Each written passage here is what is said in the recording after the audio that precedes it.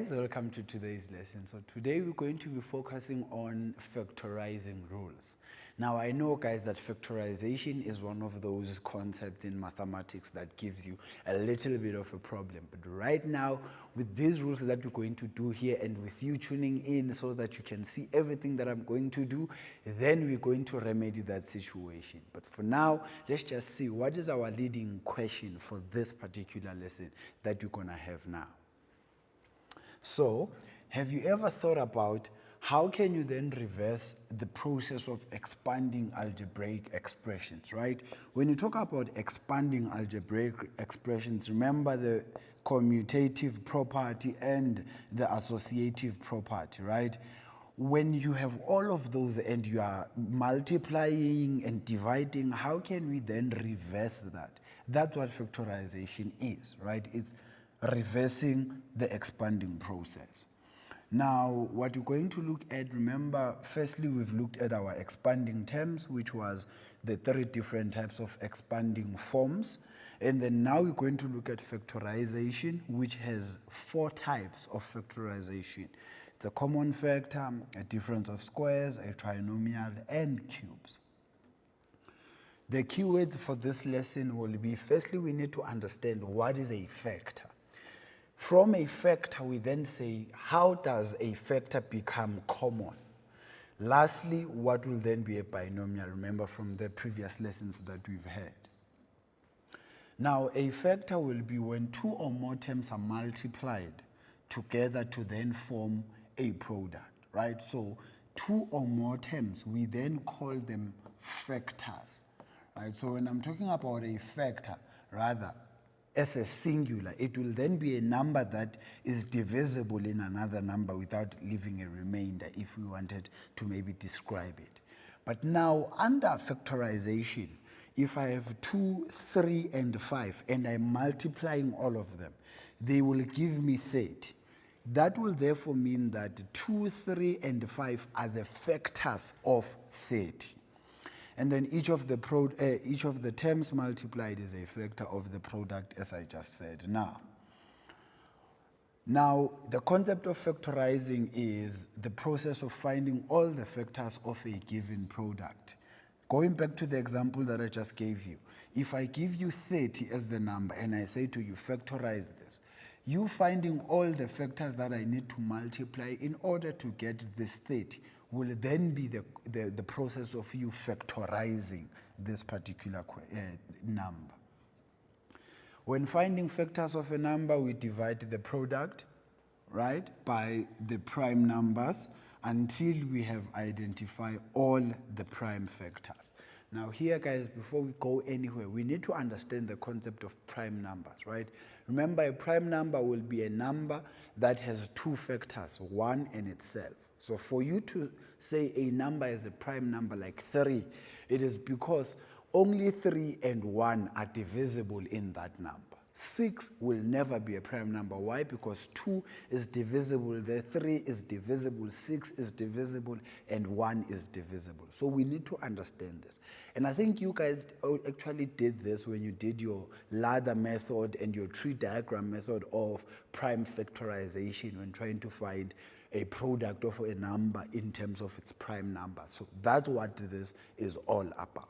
So always try to divide by the lowest prime number until you get to all of the prime numbers. So your last answer must be 1 at all times. So write the number 24 as a product of its prime factors. Remember, that is the question that we used to do previously when we were doing our mathematics. So to do that, I will divide by the lowest prime factor. And the lowest prime factor of this will be 2. So it means I will have 24 there. And then if I divide 24 by 2, 2 goes 12 times there. I continue again and divide by 2 because it's the lowest, and that goes 6 times. I will continue again and divide by 2, which will go 3 times, and then lastly I will divide by 3, which goes in once. So it means that 24 is the same as 2 multiplied by 2 multiplied by 2 multiplied by 3, right? Remember I said your final answer must always be 1. This is the one that I was talking about. If you do not have 1 here as your last quotient when you are dividing, then you haven't found all the prime factors of that particular number that you would have been given at that time. Now, there are 4 ways to factorize, as as I showed you on the mind map. The first one is a common factor. The other one is the difference of squares. And then we have what we call a trinomial. Remember when it has 3 terms. And then lastly, it will be sum or difference of cubes. Factorizing algebraic expressions, one thing that you need to make sure is you recognize the pattern for the different types of factorizing. So firstly, you need to look at, are the exponents decreasing of the variables as you move from left to right? If yes, then there's a possibility it might be a trinomial. Or is the variable appearing in all the terms that I have? Then that will be a common factor type. Each of these processes are the reverse of expanding, right? So for example, if I say I have 2x plus x, you can see that this is the same as me having x as a common factor, then I will have 2 plus 1 there, right? What does this mean? If I wanted to expand this, I would multiply the x with the 2, I would multiply the x with the 1, which will go back to what I initially had. Hence, this is a reverse of expanding. The last thing you always need to make sure when you are factorizing, you check that you have factorized correctly by expanding the factors, right? So in this example that I just gave you here, if I want to test, x multiplied by 2 will give me 2x, and then x multiplied by 1 will just be x. And then you can see it gives me the terms that I had initially when I started. So guys, there are 4 types of factorization. You're going to get into great detail just after the ad break. But for now, what I want you to think about is, what is different between you factorizing using a common factor and you factorizing using a trinomial, right? Which is your difference of 2 squares or just a normal trinomial. Think about the difference between that. And how do I then see it with my eye when the question says this? How will I see that this is a common factor and this is a trinomial or a difference of squares? Think about that just as you go to the ad break, and when I come back, we'll then get into great detail of everything that I've just said so far.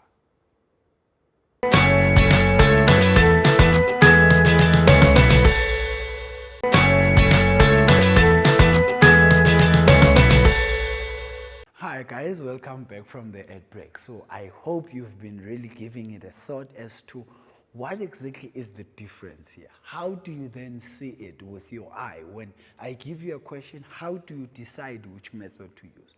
But for now, let's just look at what a common factor is first, and then later on we're also going to look at what is a trinomial, and then we can then make this comparison that I said you must be thinking about during our ad break.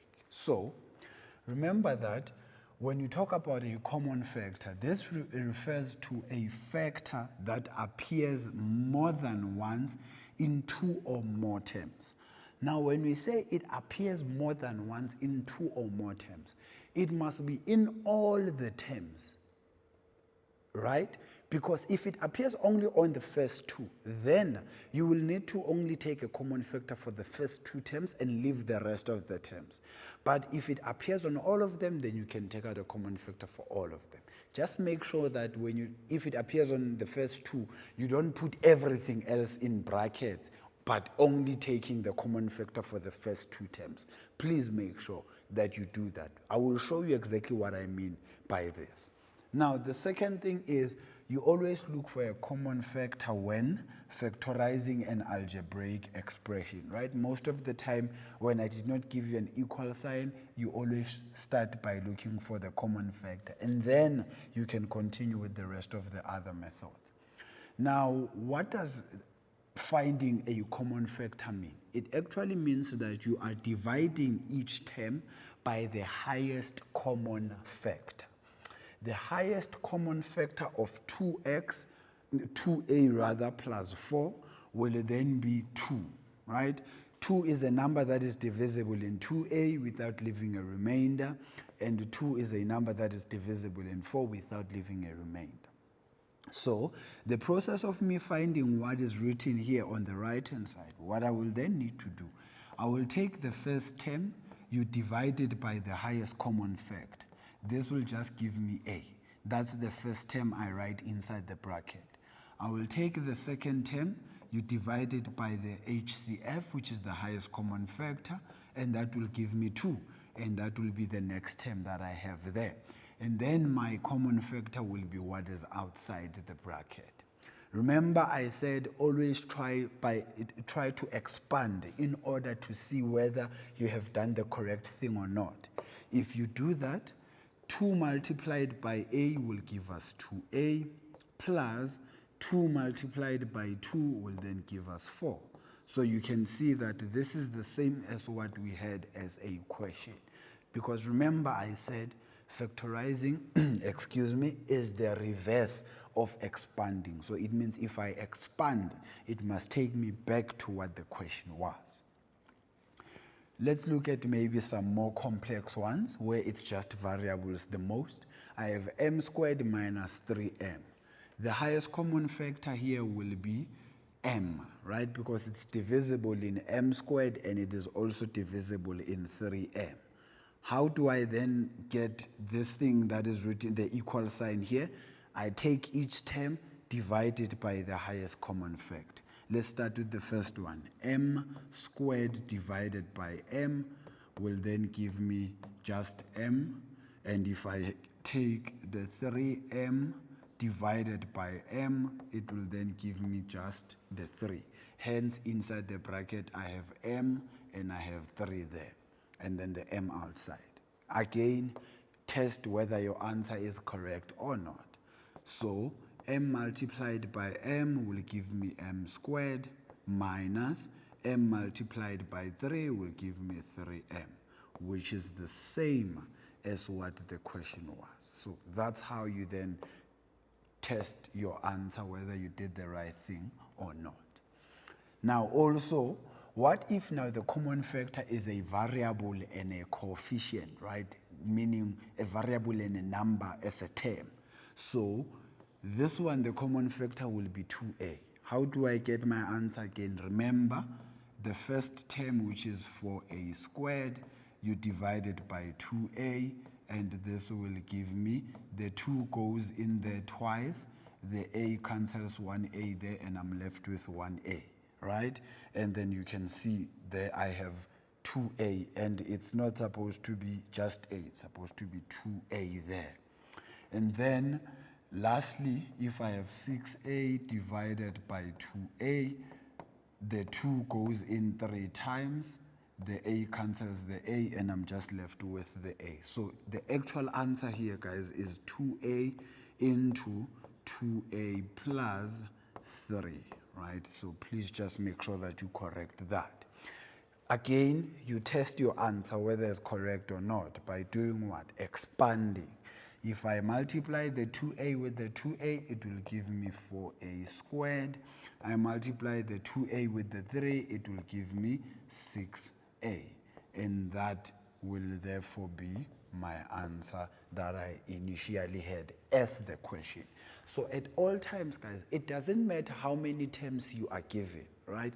As long as you took out something as a common factor, each and every term that you have will need to be divided by what you are taking out as a common factor in order to then write whatever that you get inside the brackets. Because if you don't do that, then if you expand, it will not take you back to what the question was initially before you took out the common factor. So please do make sure you do that. Now, remember we said there are 4 ways to factorize to identify a common factor: the difference of squares, trinomial, the sum, or difference of cubes, right? Now, if I have a perfect square minus a perfect square, we now call this a difference of two squares. So some people normally call it dots, right? They use DOTS to mean difference of two squares. At all times, it must be firstly a perfect square with a minus and another perfect square. So a squared is a perfect square, b squared is a perfect square, there is a minus there, therefore this is a difference of two squares. Now, why are we calling it a difference of two squares? It means that your two brackets that you're going to open, they will have both terms that are identical in both the two brackets. The only thing that will be different will then be the signs. One will always be a plus, one will always be a minus. It doesn't really matter which side has a plus and which one has a minus, because the brackets will be identical to one another at all times. Remember, difference of two squares, perfect square minus another perfect square. And then that's how you gauge yourself with whether it's a difference of two squares or not. So, to factorize this, I find the factors of a squared, which is a and a. I find the factors of b squared, which are b and b. So the brackets will have both a and b, a and b. The signs will be different. It will be plus and it will be minus. At times it can be minus, it can be plus there. It doesn't really matter because the brackets are exactly the same. Now, when you are trying to identify a difference of two squares, you need to check whether there is a common factor first. That's where you always start. That's why I started with a common factor. Also check if there is a difference of two perfect squares, not just any squares, it must be perfect squares, and then take the square root of the perfect squares, right? So here you can see a squared minus 16, is there a common factor? No. So the first step, meaning we don't take out a common factor. We look at the second step. Check if there is a difference of two perfect squares. A squared and 16, are they perfect squares? Yes. Is it a difference? Yes. Therefore, it means this is a difference of two squares. Lastly, you will take out a square root of each term, which will then be your factors. Now, here, you see, the mistake that one would make will be to use 2 and 2. Why? Because the square root of 16 will be 4, and then a person will assume that because the square root is 4, then I must use 2, but that's not the case. You must use the actual factors of the 16. So the actual answer here will be A and A. For 16, it will be 4 and 4, and then lastly, it will be plus and minus, right? Remember, it can also be minus and plus. It really depends on how you want to then do it. Also, let's look at another example. Remember, start with a common factor. 4a squared minus 16 is a common factor? Yes. Common factor is 4. So I must take out a common factor of 4.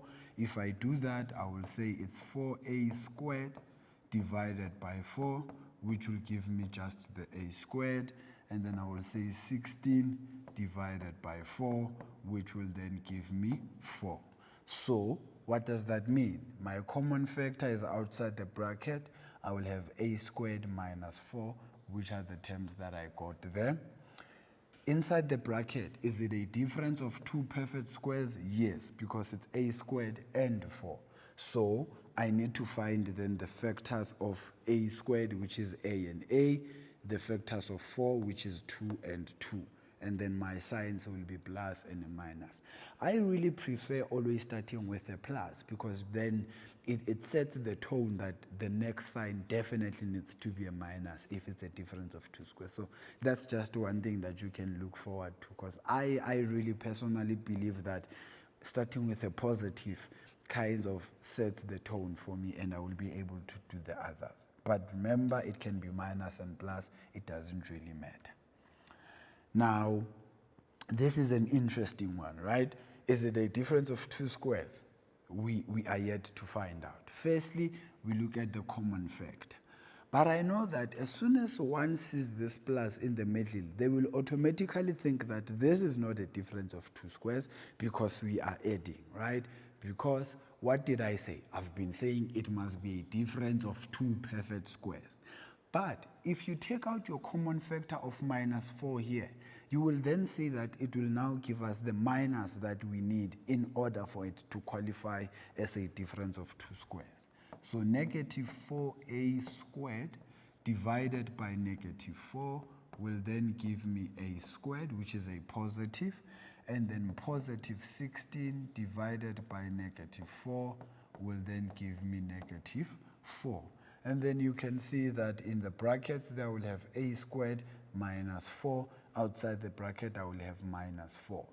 Now, one thing that I should warn you about here, most people, after taking out the common fact, they feel this urge to then multiply the number back. But if you multiply it back, it takes you back to what the question was. So it's like you're just working in reverse and you're not doing anything productive at that time. So please always make sure that you deal with your nerves and you don't just do things because you are used to, if it's brackets, multiply. If it's brackets, multiply. That's not always the case. Just make sure that you do the right thing, please. Now, to factorize the thing that is inside the bracket there, it will therefore be a squared, right, which is a, and then 4, which is 2 and 2. Remember, my personal belief is always start with a plus and then end with a minus. But you can work it out anyhow.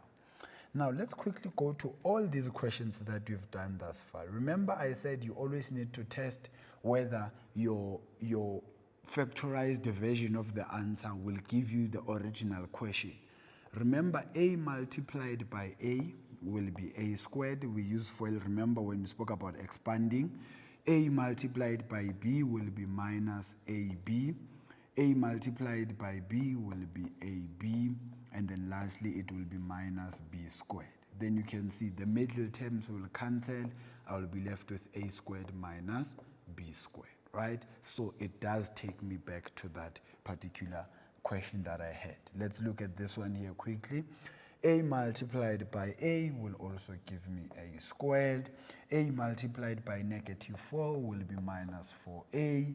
4 multiplied by a will be plus 4a. Lastly, 4 multiplied by -4 will be -16. Let's look at the middle term. Can it be cancelled? Yes. Minus 4a plus 4a is 0, so I will be left with a squared minus 16, which takes us back to what the question was. Let's just test one more.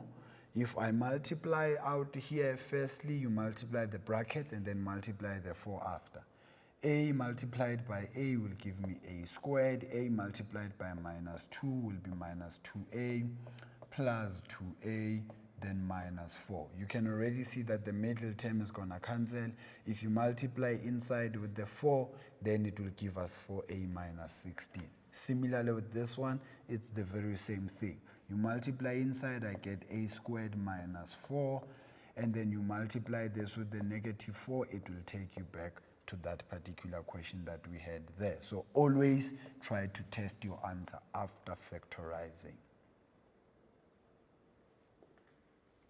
All right, guys, that's it from me. I hope you are enjoying and you are learning so much from me as much as I'm also enjoying, and I'm really learning from myself as well.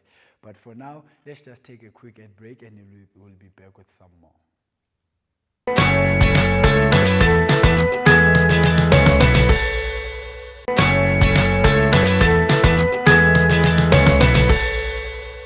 Hi guys, welcome back to our lesson for today. So we are still trying to look at factorizing rules. Right now we're going to take it further to what do we mean when we say something is a trinomial, and what are these guidelines that we need in order to solve a trinomial. So let's just look at it. All right, so firstly we must talk about what is a binomial before we can even move on to a trinomial. A binomial will be an expression of the sum or the difference of two terms. Because of the bi, it's always about 2. When you multiply two binomials, what is it that you get? You form a trinomial. So that's where the trinomial comes from. That's why I said we first look at what a binomial is in order to make sense of what a trinomial is. The last thing about a binomial is these two binomial terms, are the factors of the trinomial. So if I have two brackets like this, and there is a binomial and another binomial here, if I multiply them using the expanding rules, I get a trinomial. This first bracket and this second bracket, we then call them the factors of that particular trinomial that we will get if we were to expand that. So a trinomial will be an algebraic expression. It doesn't matter what the signs are as long as it has three terms. It can be plus, it can be minus, not multiply and not division, definitely. So either plus or minus, because as soon as it becomes a multiply, it's no longer a lot of terms, it's just one term, because A times B times C is just one term and not a lot of terms. The most common trinomials that can be factorized have the same variable raised to different powers, right? So you can't say you're going to factorize a trinomial that does not have the same variable and you want to factorize it using binomials. You really cannot. So I have a squared plus 4a minus 12. The variable here is a, so the first exponent is 2, the second exponent is 1, the third exponent, although we hardly write it, is actually 0. Because remember that a to the exponent of 0 is 1. So 12 times 1 is the same as 12. So you can see that the exponents are always in descending order of the variables, not the numbers. The numbers, we don't really look at their exponents.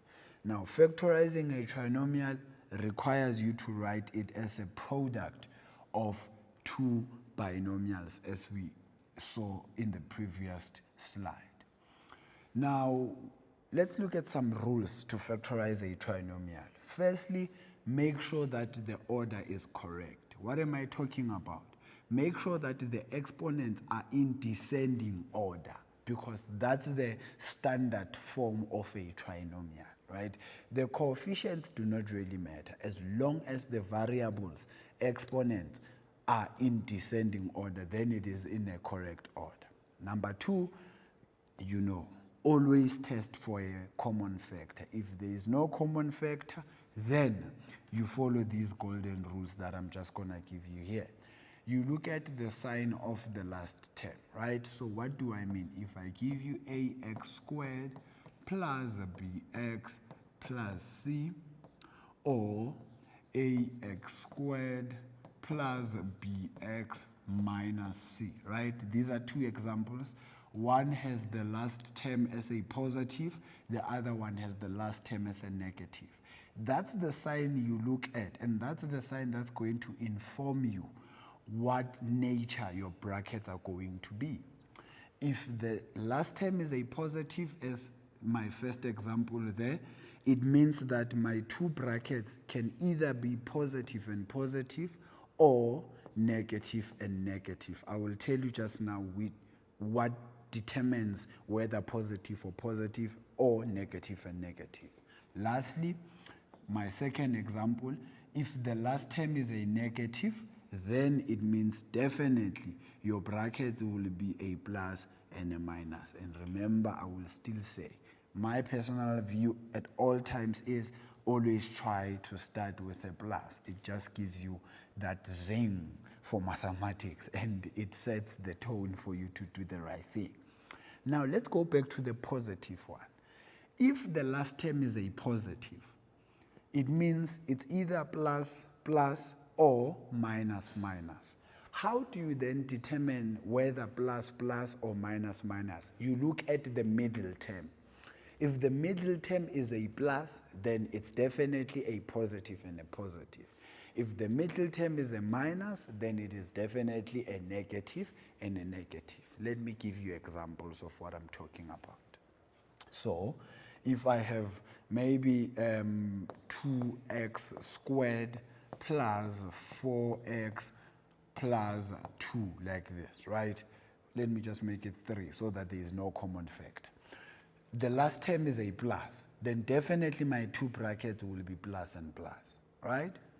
Let's look at another example. If I have 2x squared minus 4x plus 3. The last term is still a plus, but now what has changed is the middle term. The middle term is now a negative, so that makes my 2 brackets to be minus and minus instead of a plus and a plus. But at a later stage, we're going to look at examples in great detail. So let's look at a squared plus 4a minus 12, the example I started with when we spoke about a trinomial. You're always going to look at the factors of 12 in pairs. So I prefer listing the ones on my left in ascending order and the ones on my right in descending order. So it's 1, it goes with the 12, it's 2, it goes with the 6, it's 3, it goes with the 4. In all these 3 pairs that I have, I must choose a pair such that when I add or subtract, I get 4. I will repeat. In all these 3 pairs, I must choose a pair such that when I add or subtract, I get a positive 4. So it must either be the 6 minus 2, right? That's the only one really that can be that. I was thinking I can use another example, but that will just confuse us. Then you test which factors can add up to the middle term, as I said. Now, the factors that can add up to the middle term will be the 2 and the 6, so that's what we are going to use in order to then factorize this. Remember, what did I say? If the last term is a minus, what does that mean? My 2 brackets will be a plus and a minus. I always start with a plus. But now, whenever you have a bigger factor and a smaller factor, the bigger factor always gets the sign of the middle term. Maybe let me repeat that so you can take it down. The bigger factor always takes the sign of the middle term. So it means this will be the plus and that will be the minus. Why is that the case? It's because I want that when you add them and subtract them, you must get a positive 4. So if it became plus 2 minus 6, this will give me negative 4, you see. So it is not what I want. But what I actually want is minus 2 plus 4, which will, plus 6, which will definitely give me a positive 4. I was already thinking of what the answer is supposed to be. And now we use the associative property for multiplication, remember. It states that when 3 or more numbers are multiplied, the product is the same regardless, right? So you always look at the associative property when you're trying to factorize a trinomial. So you're always gonna group them and use the parentheses or brackets to group these numbers, right? And this is one type, again, of factorizing under a trinomial. That's why I'm talking about the associative property. You identify the same common factor, number 1. You make sure that each bracket is in its simplest form. So I have one bracket which is 3x squared plus 2x. Another bracket which is 12x plus 8. I must take out a common factor in each bracket such that what I will remain with in the bracket is the same in both the brackets. So the common factor of the first one here will be just x, and then in the brackets I will have 3x plus 2. The common factor of the second one will be 4, and I will be left with 3x plus 2. And you can already see that that will then be my common factor as well, with the 3x plus 2. Hence, when I factorize this, it will then give me x plus 4, 3x plus 2. And that's how you will then factorize using what we call grouping. Then the last 2 things that you just need to look at quickly will be the sum of 2 cubes and the difference of 2 cubes. So this is just something that I thought if you were to just jot this down, it will form a rule on how to then factorize a sum of cubes. If it's a sum, the first bracket that you're always going to write will always have a plus, and then the last term of the bigger bracket will always be a plus. And then lastly, the middle term of the trinomial, or rather of the other bracket, the bigger bracket, will always be the different sign to the sum that is there. And for the difference of this, it is more or less the same rule that we are using here. If it's a minus here, the first bracket must be a minus. The second term there will always be an opposite of that, meaning plus, but the last term will always be a plus. So please just jot down these rules. I will show you when we do examples of how exactly do you then apply this when trying to factorize the sum of cubes or the difference of cubes. But for now, because we've been saying a lot, I will be back just after the ad break to then apply all of this into practicality so we can see how do we apply all these rules that I've been talking about. Stay tuned.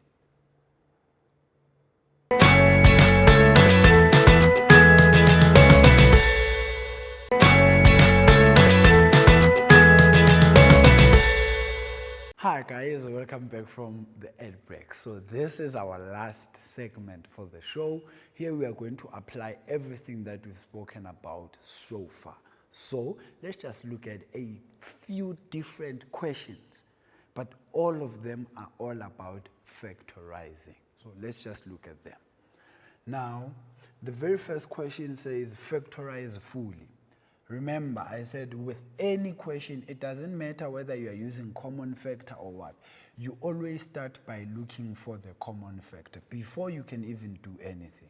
So here, if I look for my common factor, the common factor here will be 5. So I will have 5 into x plus 1, x plus 1 all squared minus 25. Okay, now I'm writing my own things. I don't know where I'm taking these numbers that I'm writing here. 25, right? And then you close the bracket. Why am I using a square bracket? Because I have another bracket inside there. So I don't like having a lot of round brackets because you end up not seeing which one is which. And then inside the bracket, if this is too difficult for you, you can then just say let the x plus 1 to be equals to k, or let it be something. It doesn't really matter what alphabet you use or what variable you use. But if you really look at this, it is the same as k squared minus 25, which is a perfect square minus a perfect square. So what is this? It is a difference of 2 squares. So already you can see that you'll have 2 brackets that are exactly the same, but with opposite signs. So this will be 5. I open my bracket there. I will have x plus 1 in the bracket minus 5 in one bracket there. And then I open another one. It will be x plus 1 and then plus the 5 there. Close that bracket. And then you will need to simplify inside the bracket because remember, you always need to make sure that your brackets are in the simplest form. And therefore, this will then be 5, open the bracket, x plus 1 minus 5 will be then x minus 4 inside brackets, and then the other bracket will be x plus 1 plus 5 will give me x plus 6. Then I will close the bracket. I don't really need to multiply the 5 inside because then that's just me reversing everything that I've done, right? Remember, the goal was to write this as a product of the 2 binomials. Another example, although this does not look like it is a difference of 2 squares, it is actually a difference of 2 squares. Why? The 64 is a perfect square. The x to the exponent of 4 is a perfect square. 49 is a perfect square, and the y to the exponent of 2 is a perfect square. Now, the other thing that I just want to quickly explain, when you talk about a perfect square and you're talking about a variable as long as the variable is to the exponent of an even number, we always say it is a perfect square. Why? Because a perfect square is a number such that you can multiply two numbers and you get that number that we are claiming is a perfect square, right? So let me make an example with maybe x to the exponent of 6 so that we see this. Remember, if I have x to the exponent of 6, I can multiply x to the exponent of 3 with x to the exponent of 3. But I know that you will quickly want to multiply those 3's. You can't do that. According to the laws of exponents, I must add my exponents. So it becomes x to the exponent of 3 plus 3, which is x to the exponent of 6. So as long as the variable is to the exponent of an even number, then we call it a perfect square.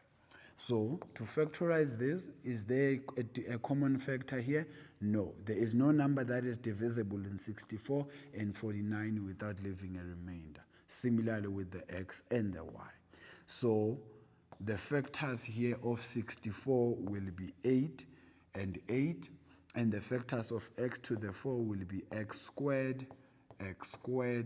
The factors of 49 will be 7 and 7. The factors of y squared will be y and y. And then remember, I always start with a plus, then a minus there, but it doesn't really matter which one you start with. And then you look at the bracket that has a minus, whether it can be factorized further. 8 is not a perfect square, 7 is not a perfect square, y is not a perfect square. So that's our final answer. Now this is a trinomial. Remember, I said you look at the sign of the last term. If it is a negative, it means my two brackets will be plus and a minus, right? And the middle term tells us which bracket must be a negative, the one that has the greater factor. So I open my two binomials. I will have x and x. The factors of 4 such that I get 3 will be 4 and 1. Excuse me. And then remember, it must be plus and minus, but where does which go? The minus will go to the bigger factor because of the middle term. So that will be minus there, and that will be plus there. And that will be the factorized part of this.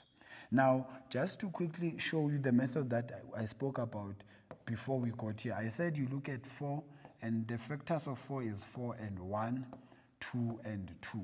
But you can already see 4 and 1 is the only one that can give you 3, because 2 and 2, it's either 0 or 4. It will not give you 3. So that's how you can list them if you want to employ that method. Another example here will be 2x squared plus 5x plus 2. 2 is just a prime factor, right? You know that. So it has 2 and 1. And another 2, it has 2 and 1. But the goal here is to always multiply those 2 and get a 4 there, right?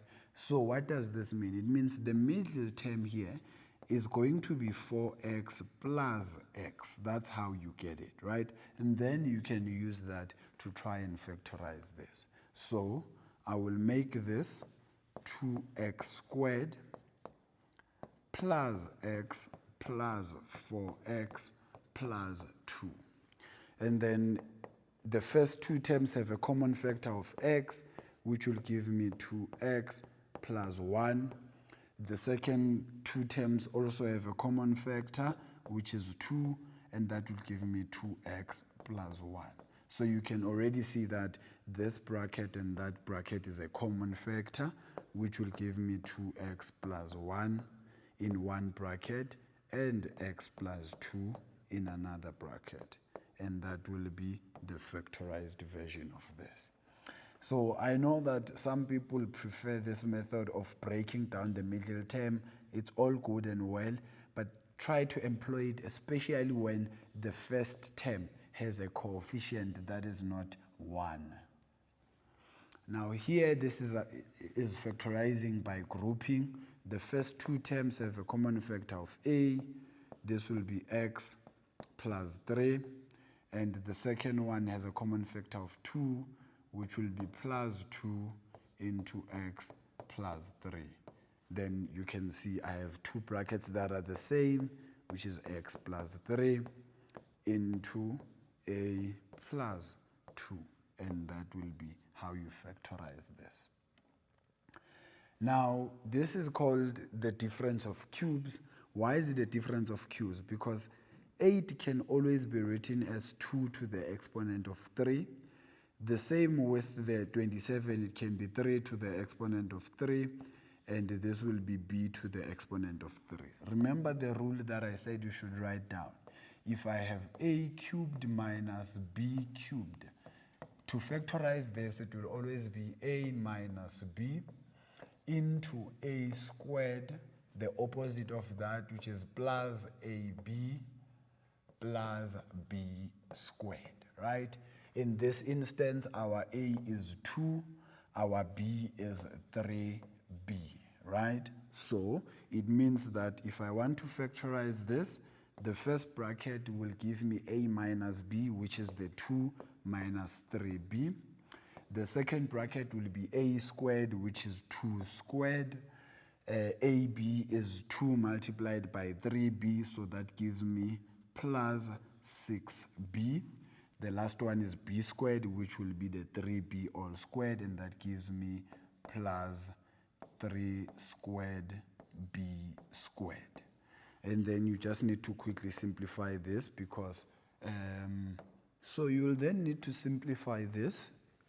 The 2 squared, you can't leave it as 2 squared. The 3 squared, you can't leave it as 3 squared. So this will be 2 minus 3b in one bracket, and then here it will be 4 plus the 6b plus the 9b squared. And that will be the final answer there. Now, make sure that you always collect like terms, right? When you are trying to factorize.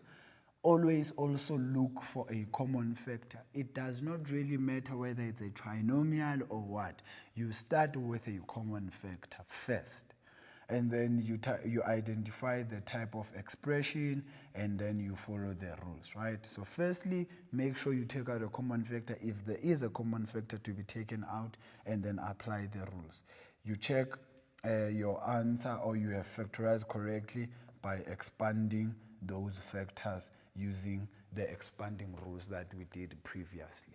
And really, guys, that's all that factorization is all about. Remember, there's 4 types of them, and if you do follow all the rules that you've been doing and maybe you've taken them down, I promise you will be able to do this correctly. So from me to you, the maths doctor, remember, mathematics is food for the soul. Until next time.